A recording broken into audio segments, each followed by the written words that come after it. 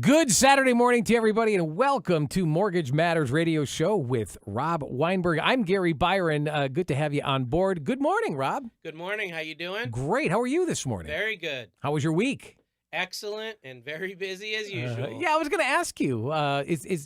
Is there a time of year that's busier than others? We're getting into it now. Is that right? Yeah, when the weather starts getting a little bit nicer, Mm. people do come out in droves because, open houses and driving around looking at things is a lot better in the springtime and the summertime versus battling with snow and ice and that sort of There's thing. not many. You're right. I don't see many open houses in the winter months. Actually, I don't see many people out and about in the winter months. Come to think of it, that's probably the reason why there are no open houses that time of year, especially here in the Northeast. I would imagine down south, though, it's year round. It is. I'm licensed in Florida and do a ton of business down there. It's active 365 days a year. And I would say lately it's been active here even during the winter months. It's just not as much.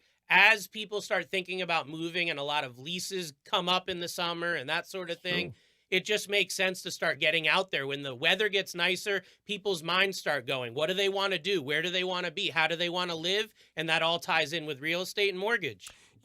Last week, I'm not sure if you remember this or not, but it was a week ago that we were discussing how to prep for a mortgage when you're buying a home. And you went into detail on so many things. But there was one thing in particular that I thought maybe we can kind of zone in on and concentrate on. And that's really, like the mortgage process.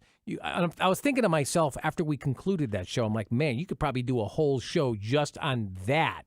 You want to tackle it or Let's do it. All right. So, what are the different parts of the mortgage process? I would imagine there's a lot of moving parts. There are a lot of different moving parts and milestones, but you can really break it up into three main sections. It's going to be a pre-approval or the upfront process if you're buying a home. If you're refinancing, it's going to be putting your proposal together of what that new mortgage is going to look like, what that strategy is going to look like. That's the first part of the process. The second part is going to be once things are moving forward, we need to process your mortgage application. There's a lot of documentation and information and verification that needs to be done. That's really the meat of the mortgage process and what I would call the actual processing of your mortgage loan. And then once that's complete and everything's signed off and good to go, then you have the closing process and the funding process. That's the conclusion of the entire thing. That's when you sign the final paperwork, you get obligated to that mortgage, and the money for that mortgage is dispersed out. In the case of a refinance, dispersed to your current lender, to your credit cards, to you if you're getting money back. In the case of buying a home, that's the money that would be dispersed to the seller of the property that you're buying, to the attorneys, to the different parties that are involved, the realtors and whatnot. That's the final step in the process. So those are the three pieces. You mentioned the word milestones and the beginning of that explanation. So maybe you can walk us through the milestones that will occur while a mortgage is being processed. Let me go into some specific detail on that. So that first step is putting in a loan application, which is going to entail either speaking with a lender on the phone or filling out an online questionnaire where you can give all your pertinent financials, your identity information. Are you a U.S. citizen or not? What do you do for work? How much money do you have available? That sort of thing. Okay, that's going to be your loan application. Then we're going to move you into a pre-approval or a proposal stage in the case of a refinance, where we actually put the mechanics together of what that mortgage is going to look like. What is your interest rate going to be? What different mortgage insurance, for example, that you need? Property taxes, insurance. We need to get estimates on all that stuff. That's going to all be done early on in the process. Then from there, you're going to move over to the contract phase when you're buying a home, which is getting out there, looking at properties, and putting in offers, having negotiations done.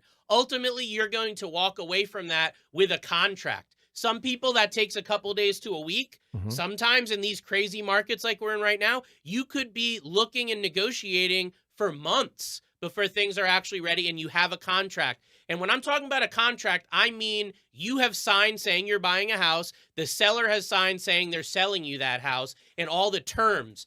Are they giving you money towards closing? How much are you putting down for a deposit? What's the actual price of the home? Any other specifics like home inspections, appraisals, those sort of things will typically be mentioned, and there'll be some specific dates in there on when you need to have your mortgage fully approved by, when the closing date's going to be. That's all going to be in the contract. Once that's finalized, then we're going to move over to the submission to underwriting. This is where it leaves the hands of your mortgage originator or your loan processor, and it goes to an underwriter. Their job is to verify, dot the I's and cross the T's. If we say you make $5,000 a month, do you really make that? Do we have the documentation to back that up? If we say you have 30 grand in your savings, do you actually have that? Okay, if it's $30,318.04, that's the real number that they're going to use. So we can't use generalizations. This is why doing that paperwork up front, as we've discussed, is so important, because that underwriter is going to verify everything down to the penny, and they're going to give back a group of conditions. They're going to say, we'll approve this loan, but we need these items. We have these questions or concerns. Maybe it's an updated pay stub. Maybe it's an updated bank statement. Maybe it's a question on an inquiry on your credit. They're going to come back with all that stuff. When they do that, and really while they're doing that, a loan processor is going to be ordering verifications, making sure you work where you say you do, getting different types of validation of your business if you're self-employed or from your CPA. They're going to be ordering appraisals on the house if there's one required. They're going to be ordering title searches to make sure that the house that you're buying or refinancing is owned by who they say it's owned by. I mean, that's all very important, the legalities. Wow. This is all going...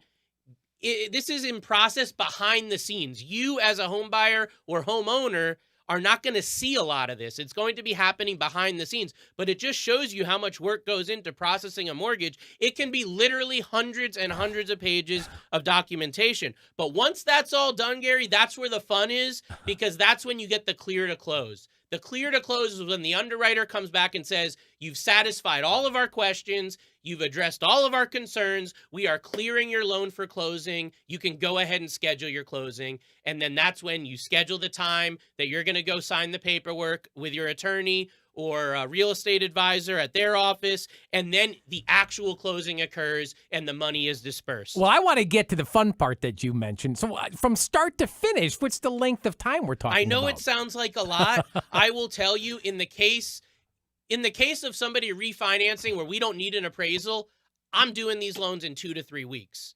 Everything that I just told you is done in 2 to 3 weeks from the date you call me or go online to my website until the date you're closing, 2 to 3 weeks. Again, that is for somebody refinancing where we don't need an appraisal. In the case of buying a home or refinancing where there are appraisals and different things needed like that, you can expect on average between 30 and 60 days. Now, I know that right now, a lot of big banks and credit unions, I'm being told they're taking 3 to 4 months. That, to me, is a red flag. That's unacceptable. This is a process that's much easier to do when it's like a tennis match. The ball's going back and forth. The underwriter's going to the processor's going to the loan officer's going to you. And it's like this ball match going back and forth. It flows really nice. Everyone feels good that things are being processed and progressed in the way that they should. There are so many consumers that come to me, buyers and homeowners, that say, I've been working with my credit union for 2 months and I haven't heard from anyone in 3 weeks. They said there was an appraisal done. I have no clue.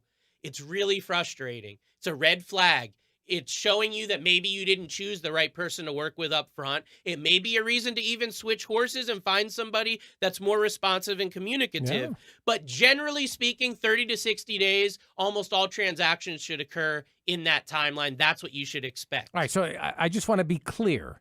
If you can once again just maybe